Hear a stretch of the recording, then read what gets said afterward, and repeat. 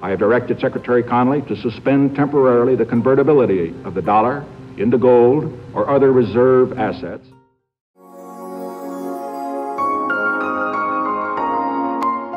Kembali ke 5 Minutes Global Paradox.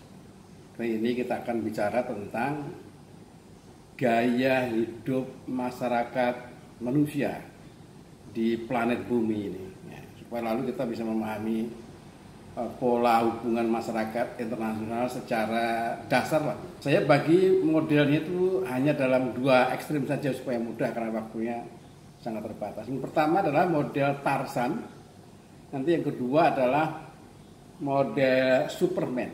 Model Tarzan ini adalah satu pola gaya hidup di mana manusia pada awalnya dulu itu sangat tergantung dari alam, ya. Bahkan kita bisa mengatakan bahwa hidup manusia itu sama sekali 100% tergantung dari alam. Oleh karena itu makan minumnya, makan hidupnya ya dari alam. Kalau lapar ada durian makan durian, ada jagung makan jagung. Kalau sudah kenyang ya tidur, nanti tidur bangun lagi, lapar lagi, makan lagi, cari apa adanya. Setelah kenyang tidur lagi, bangun, kalau kita sial kita malah dimakan binatang lain, ya. Jadi pendek kata, Tarzan adalah satu pola kehidupan di mana 100% manusia itu tergantung dari alam. Sampai suatu ketika alam tidak lagi bisa mendukung pola kehidupan masyarakat itu karena masyarakat manusianya bertambah banyak, beranak pinak, sementara alamnya belum dibangun. Jadi lama-kelamaan terjadi kelangkaan. Karena kelangkaan itu lalu ada ide masyarakat yang berikutnya, modelnya itu adalah masyarakat pertanian.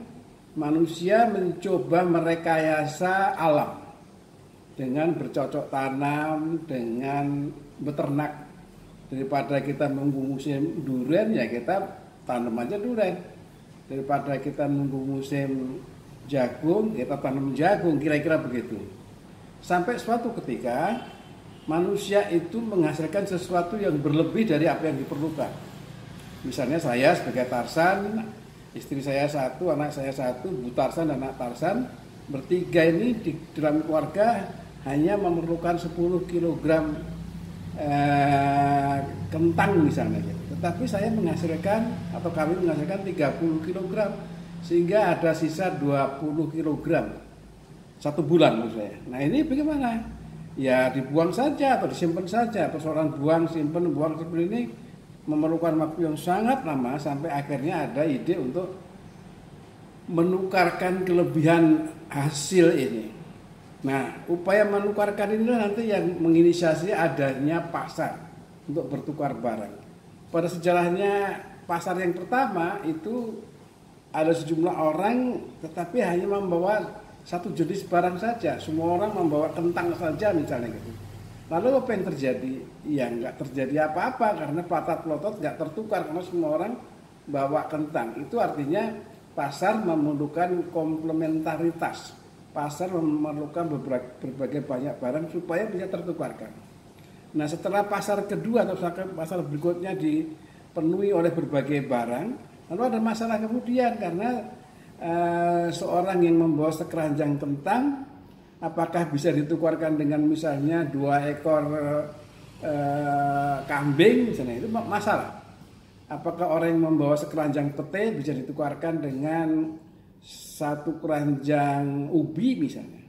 Artinya pasar memerlukan sistem standar nilai yang rupa yang nanti pada saatnya itu memunculkan budaya uang sebagai alat untuk membayar. Uang inilah yang nanti akan mengilhami masyarakat industri karena seseorang tidak lagi memerlukan misalnya mengharuskan orang yang pengen bakar jagung tidak harus menanam jagung sendiri tetapi cukup mempunyai uang lalu beli bakar jagung.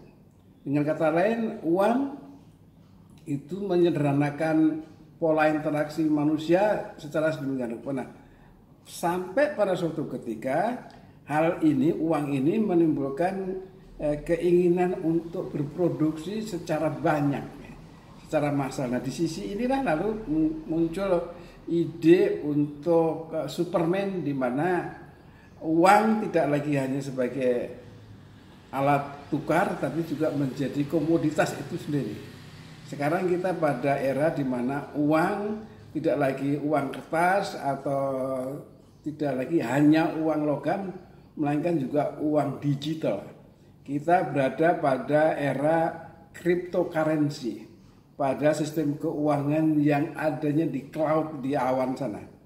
Yang mana kalau dulunya uang itu menjadi otoritas utama negara, sekarang tidak lagi. Bahkan cryptocurrency itu di banyak negara bahkan ditolak, tetapi nyatanya jalan. Di satu sisi kita disimpulkan bahwa manusia zaman dulu sangat tergantung dari alam. Di sisi lain menunjukkan bahwa manusia itu sekarang sangat tergantung pada uang. Apa boleh buat? Sekian. Terima kasih.